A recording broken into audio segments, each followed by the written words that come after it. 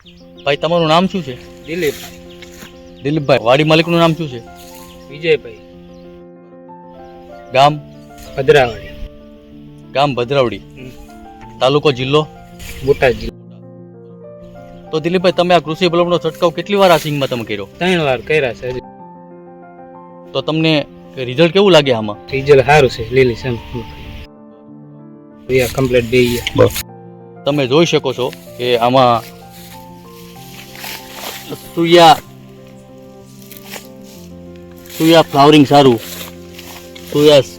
સારું બેન કે ફાલ ફૂલ તમે જોઈ શકો છો બરોબર. આની અંદર તો ટૂંકમાં કૃષિ બલમ છાંટ્યા પછી રિઝલ્ટ એકદમ જોરદાર.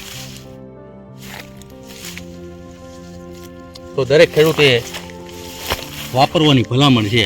કૃષિ બલમ ખાસ તમે વાપરો અને એની ગ્રીનરી તમે ખાસ જોઈ શકો છો. જો ટૂંકમાં કૃષિ બલમ વાપરવા જેવું અને બીજાને પણ વપરાવો.